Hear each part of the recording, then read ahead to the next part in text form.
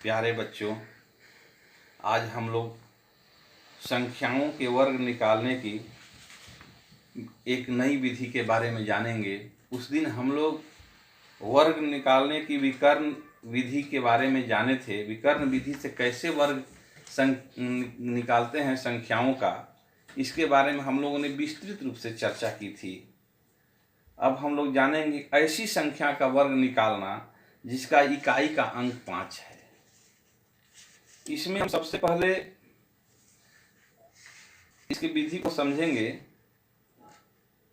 जैसे 35 का वर्ग निकालना है, कोई संख्या ले लेते हैं 35। इसमें सबसे पहले इसके इकाई का अंक 5 है। अब इकाई का अंक 5 का वर्ग निकालेंगे। 5 का वर्ग होता है 25। इसके दहाई के अंक में अब 3 है।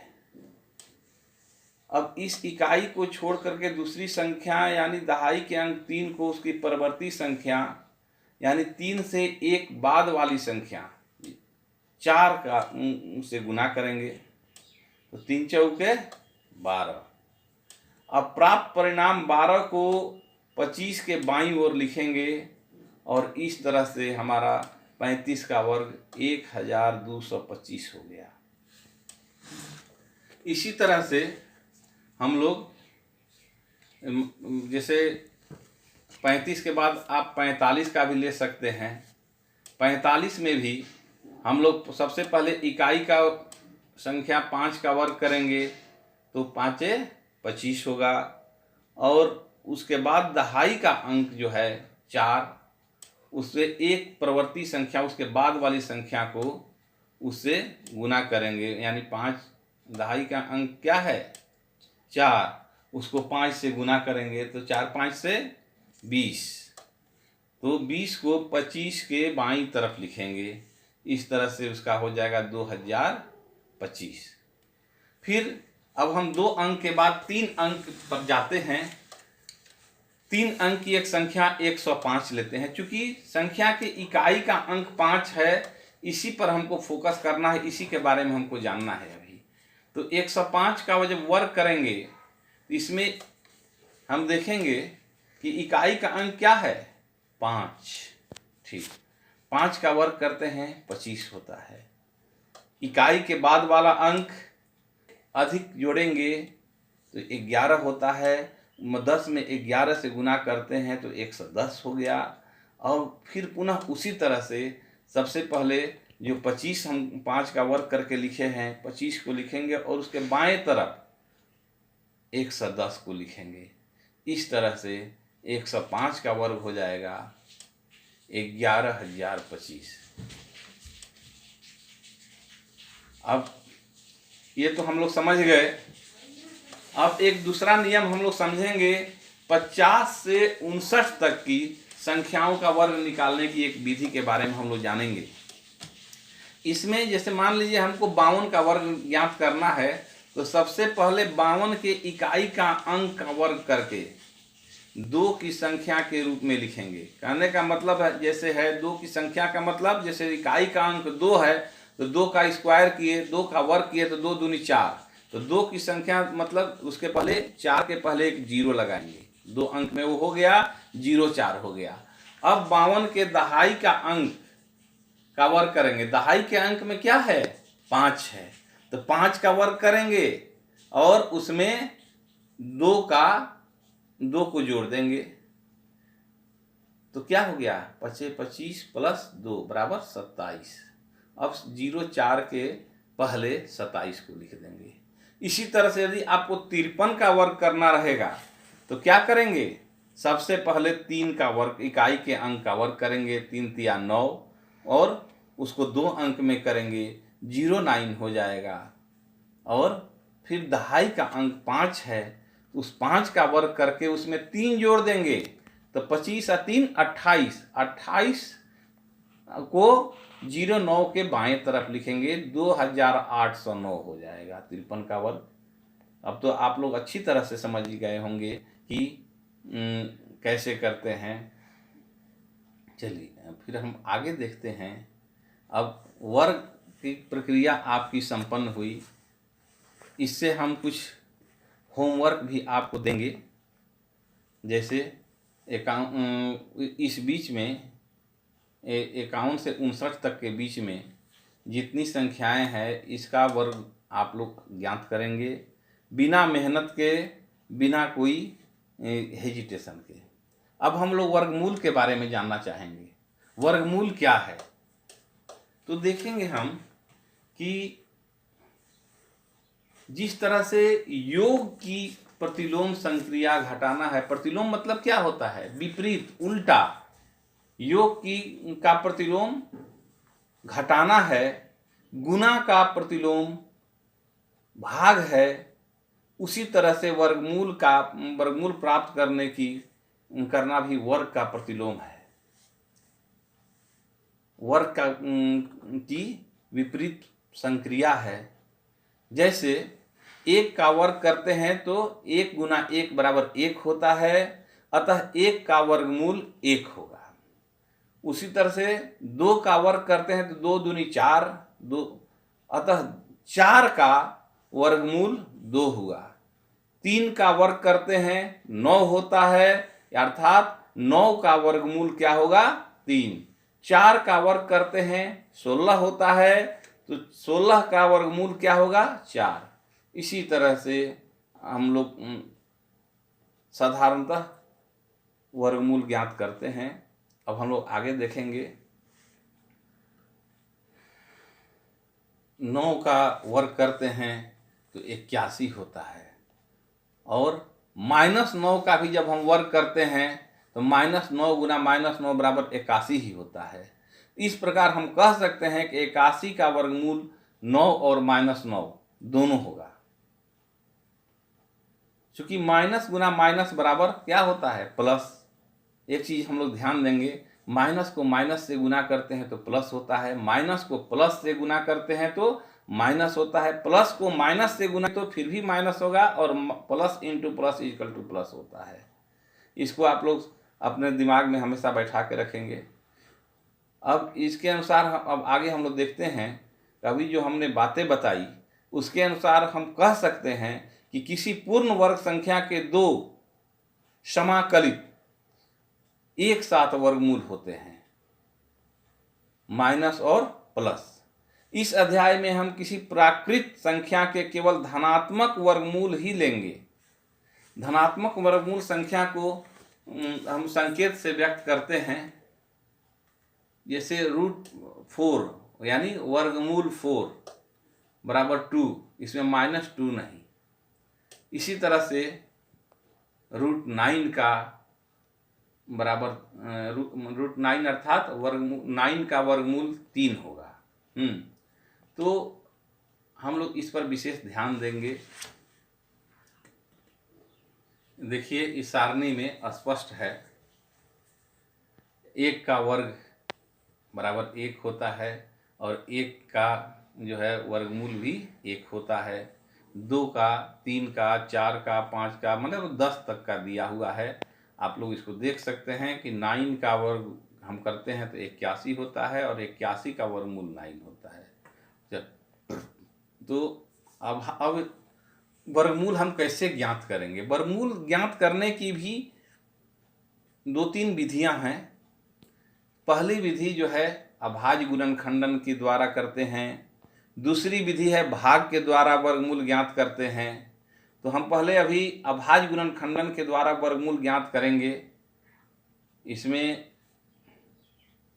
हम एक संख्या 324 लेते हैं। 324 का अभाज्य गुणनखंडन सबसे पहले करेंगे। तो अभाज्य गुणनखंडन में भी हमको ध्यान देना है कि सबसे छोटी संख्या से हम भाग देने का उसमें शुरुआत करते हैं। यह नहीं कि 324 में 9 से भाग लग जाता है या 8 से भाग लगता है, 6 से लगता है, वो सब नहीं। सबसे पहले शुरुआत अभाज्य गुणनखंडन में हम सबसे छोटी संख्या 2 से शुरुआत करके देखेंगे। 2 से नहीं लगेगा तब 3 से, 3 से नहीं लगेगा 4 से, 4 से नहीं लगेगा 5 से। इस तरह से हम एक प्रयास करेंगे। तो इसमें एक चीज हम और ध्यान देने की बात है कि सबसे छोटी अभाज्य संख्या हमारी क्या है? सबसे छोटी अभाज्य संख्या 2 है। अभाज्य संख्या हम उसे कहते हैं जिसमें एक और उस संख्या के अलावा और किसी भी संख्या से भाग नहीं लगता है। तो आपके दिमाग में आएगा कि हम एक को क्यों नहीं रख सकते हैं अभाज्य संख्या में। एक को हम इसलिए नहीं रख सकते हैं कि अभाज्य संख्या की मैंने परिभाषा भी बताई कि एक और उस संख्या, तो एक तो आ जाता है और वो संख्या हम कहाँ से लाएंगे, इसलिए एक नहीं होगा। एक के बाद दो हम लेते हैं तो दो में एक से भाग लग जाता है और दो में उस संख्या वो दो है तो दो से भी भाग लग गया, इसलिए दो अभाज्य संख्या है। फिर तीन में जाते हैं तो एक से भी लगता है और उसमें तीन में तीन से भी लगता है, इसलिए तीन भी अभाज्य संख्या। और चार को देखते हैं तो चार में एक से भी लगेगा, चार से भी लग जाता है और बीच में हम देखते हैं कि दो से भी लग जा रहा है। तो एक और चार के अलावा एक तीसरी संख्या दो आ गई, इसलिए वो अभाज्य संख्या नहीं होगा। तो इसमें स्पष्ट देखेंगे कि अभाज्य संख्या हम उसे कहेंगे कि एक और उस संख्या के अलावा और किसी भी संख्या से भाग नहीं लगे, तो उसे हम अभाज्य संख्या कहते हैं। ठीक है, तो सबसे पहली अभाज्य संख्या इसमें 324 में दो से भाग देते हैं। 162 बार में लगा, दो एक का दो, फिर एक बचा 12, दो छक्के 12, दो दूनी 4। इसी तरह से अब 162 में देखते हैं, फिर दो से भाग लगते हैं, 81 बार में लगा। फिर अब देख रहे हैं 81 में दो से तो लग नहीं रहा है, क्योंकि इकाई का अंक विषम संख्या आ गया। विषम संख्या आने के बाद उसमें दो सम संख्या वाले से भाग नहीं लगता है। फिर तीन से लगता है 27 बार में, फिर तीन से, इस तरह से। तो अब फिर आगे बढ़ के हम देखते हैं, इसको लिखेंगे। अब 324 बराबर उसका 2 गुना 2 गुना 3 गुना 3 गुना 3 है रूट में। उसमें हम देखते हैं कि देखिए 324, अब सब उसको जो अभाज्य गुणनखंडन के युग्म हम बनाएंगे। 324 में दो बार आया है, उसको एक युग्म एक जोड़ा, सबको जोड़ा के रूप में परिवर्तित कर देते हैं। हैं तो दो का एक जोड़ा, तीन का दो जोड़ा, तो बराबर 2 square into 3 square into 3 square. 2 गुना 3 गुना 3 सबको कॉमन लेके कर दिए हैं। कॉमन कर भी सकते हैं, नहीं भी कर सकते हैं। सीधा सीधी भी हम 324 का वर्गमूल चिन्ह करके उसको जस्ट उसका चूंकि उल्टा है, रिवर्स है, तो बराबर 2 गुना 3 गुना 3 गुना किया 3 तिया 9 दूनी 18 हुआ है। इसी तरह से आप 256 का भी वर्गमूल करके हमने दिखा दिया है, आप समझ सकते हैं इसको। अभाज्य गुणनखंड में हमने स्पष्ट रूप से समझा कि कैसे हम अभाज्य गुणनखंडन के द्वारा वर्गमूल ज्ञात कर सकते हैं। अब हम यहाँ सारे गुणनखंड, जैसे अब 48 के बारे में भी हम जानते हैं कि 48 एक पूर्ण वर्ग संख्या नहीं है। कल्पना करेंगे कि हम 48 के सबसे छोटे गुणज ज्ञात करना चाहते हैं, जो कि एक पूर्ण वर्ग संख्या है। तो कैसे करेंगे? 48 के अभाज्य गुणनखंड के युग्म पर बनाने पर हम देखते हैं कि केवल 3 एक संख्या है जो युग्म में नहीं बन पाती। युग्म मतलब क्या? जोड़ा में नहीं बन पाती है।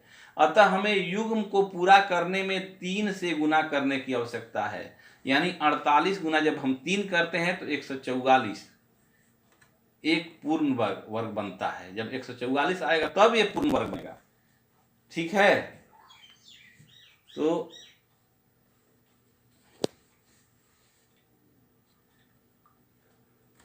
अब हम भागफल विधि से वर्गमूल ज्ञात करने की कोशिश करेंगे भाग के द्वारा। तो भाग के द्वारा वर्गमूल ज्ञात करने में हम इस पर ध्यान देंगे।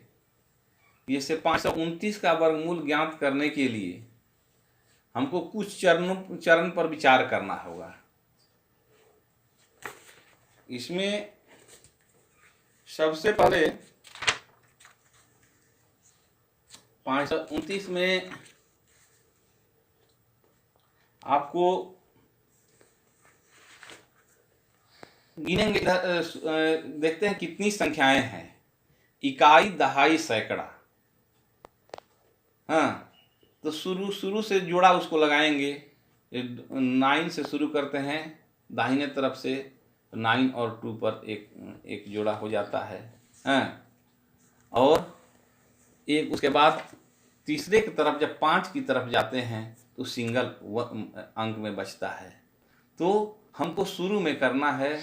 अब 5 में 2 से लगाते हैं तो 2 दूनी 4, 2 बार में हुआ। 1 बचा शेष, और उस 1 को 5 में 4 घटा के 1। अब जब भी वर्गमूल में उतरता है 2 अंक उतरता है नीचे, दो अंक में क्या है 29 को एक साथ उतारेंगे।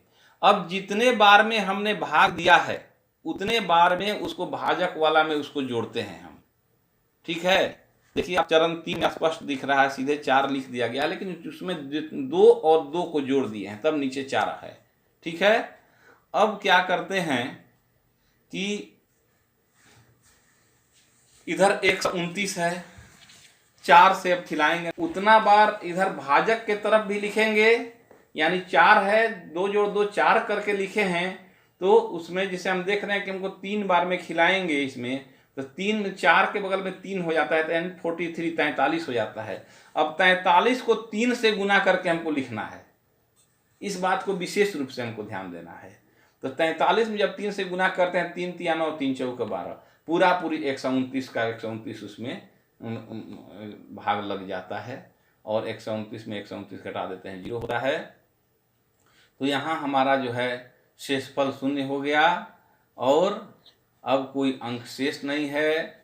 हमारा भागफल के क्षेत्र में 23 है, तो इसलिए हमारा 529 का वर्गमूल जो है 23 आया। ये है भाग विधि से वर्गमूल ज्ञात करना। और हम इस तरह से वर्गमूल, हम देखिए आप देख सकते हैं 12 से 96 है। एक संख्या लेते हैं, एक उदाहरण है, इसमें कि भी उसी तरह से हम 2-2 अंक का करते हैं।